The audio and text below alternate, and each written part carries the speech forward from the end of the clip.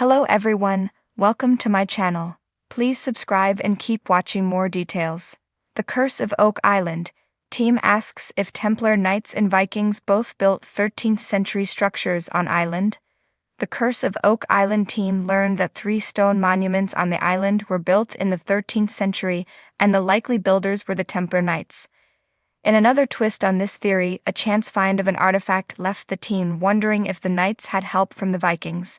Last week, the Lagina brothers asked archaeoastronomer Professor Adriano Vespani to follow up his previous work on Nolan's Cross by examining 2 more stone monuments. Vespani examined the positioning of the stone cairns on Lot 15 and the stone triangle on the southern beach, and confirmed they were built in alignment with the stars, moon, and sun.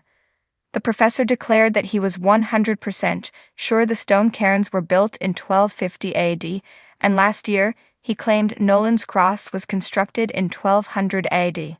Vespani said that the know-how to create these structures could only come from someone with a knowledge of navigation, astronomy, and geometry. The builders created these codified stone monuments to act as pointers for only a select few. Only the Templar Knights would have the ability to build such structures on 13th century Oak Island. The academic further argued that such know-how would only exist at that time amongst religious, monastic, or knightly orders, and at that time in the 13th century, the Order of the Templar Knights was the most powerful. Following on from the professor's work, the guys sent in Gary Drayton to check the area around the stone cairns for metal artifacts. Gary found a lead strip that looked to be decorated, one he suspected was medieval. His artifact was handed over to archaeometallurgist Emma Culligan to ascertain its chemical composition and determine if it matched any other artifacts from the island. Unfortunately, this led to more questions than answers. The piece in question resembled another twisted lead artifact previously unearthed on Lot 13. That artifact was determined to have originally come from Scandinavia, so Gary, having been sent to look for Templar artifacts, may have found a Viking one instead. Oak Island historian Doug Crowell pointed out that the only group of Europeans that are known to have definitely traveled to America before Columbus were the Vikings. They sailed there around the time the Templars were at their most powerful during the 13th century. Perhaps they knew each other, suggested Doug, implying there may have been a collaboration between the 2 medieval groups. Oak Island team excavated the tunnel at the bottom of the garden shaft. Also, on last night's show, the guys finally uncovered the tunnel at the bottom of the garden shaft. They unearthed a series of wooden rounded beams of differing sizes. These beams appeared to be cut by hand, meaning they were likely older than the 19th century when mechanical tools for cutting wood became the norm. Roger Fortin estimated the tunnel was about 5 feet wide. The team will get this wood tested to find out exactly what time period it came from, but they are pretty sure it is original depositor work. They are increasingly hopeful that a vast treasure lies at the end of this tunnel. The Curse of Oak Island, a tantalizing enigma wrapped in layers of history, legend, and mystery, continues to captivate the world with its ever-unfolding narrative.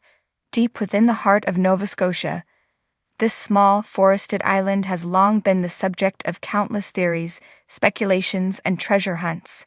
But in the latest twist of this age-old saga, the question arises: could both the Templar Knights and Vikings have played a role in building 13th century structures on Oak Island? As the sun dips below the horizon, casting long shadows across the island, the Oak Island team gathers around the weathered table in their makeshift command center. The air is thick with anticipation, the kind that comes after years of searching, digging, and uncovering fragmentary clues that refuse to fit neatly into any one narrative.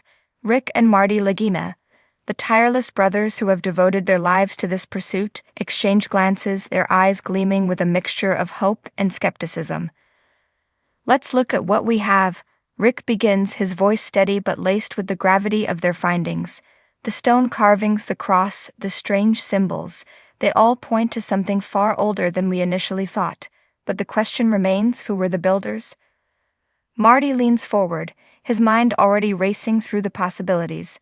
"We've considered the Templars before," he says, nodding thoughtfully. "Their connection to the Holy Land, their supposed escape after being persecuted by the French crown, the rumors that they fled to the New World with their vast treasures. It all makes sense. But the Vikings? That's new territory.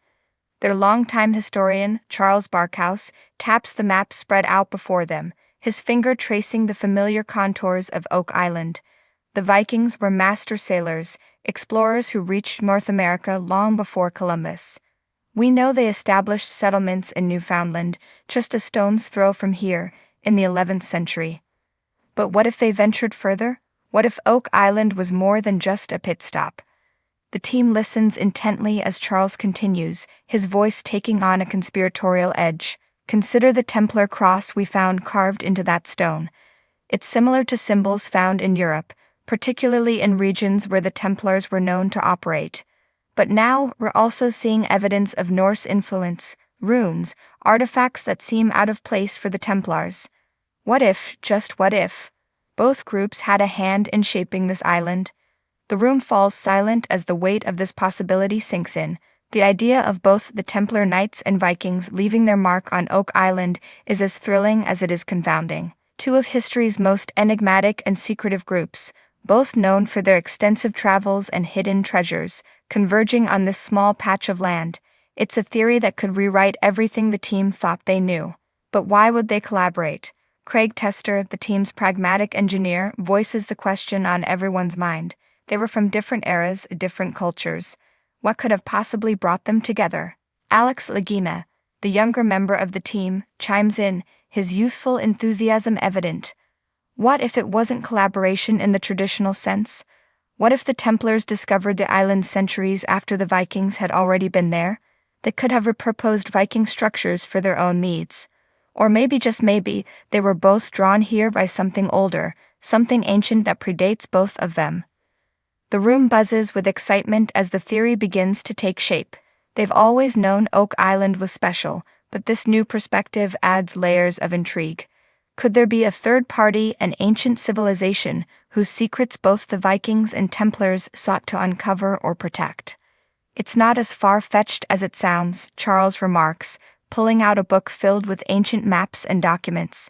There are legends of a lost civilization, one that predates the arrival of the Vikings by millennia. If the Templars stumbled upon evidence of this civilization, it could explain why they came to Oak Island, and if the Vikings had found it first, maybe they left clues for others to find, or to protect. The team huddles closer, poring over the maps, old journal entries, and recently unearthed artifacts. Every piece of the puzzle suddenly feels more critical than ever. The strange markings, the stone structures buried deep within the island, the peculiar alignment of certain objects. All of it could point to a grand design, one that spans centuries and connects these two legendary groups. There's only one way to find out, Rick declares, his voice filled with resolve. We need to keep digging, keep searching. If the Templars and Vikings both left their mark on this island, then somewhere out there is the evidence we need. We owe it to history to uncover the truth.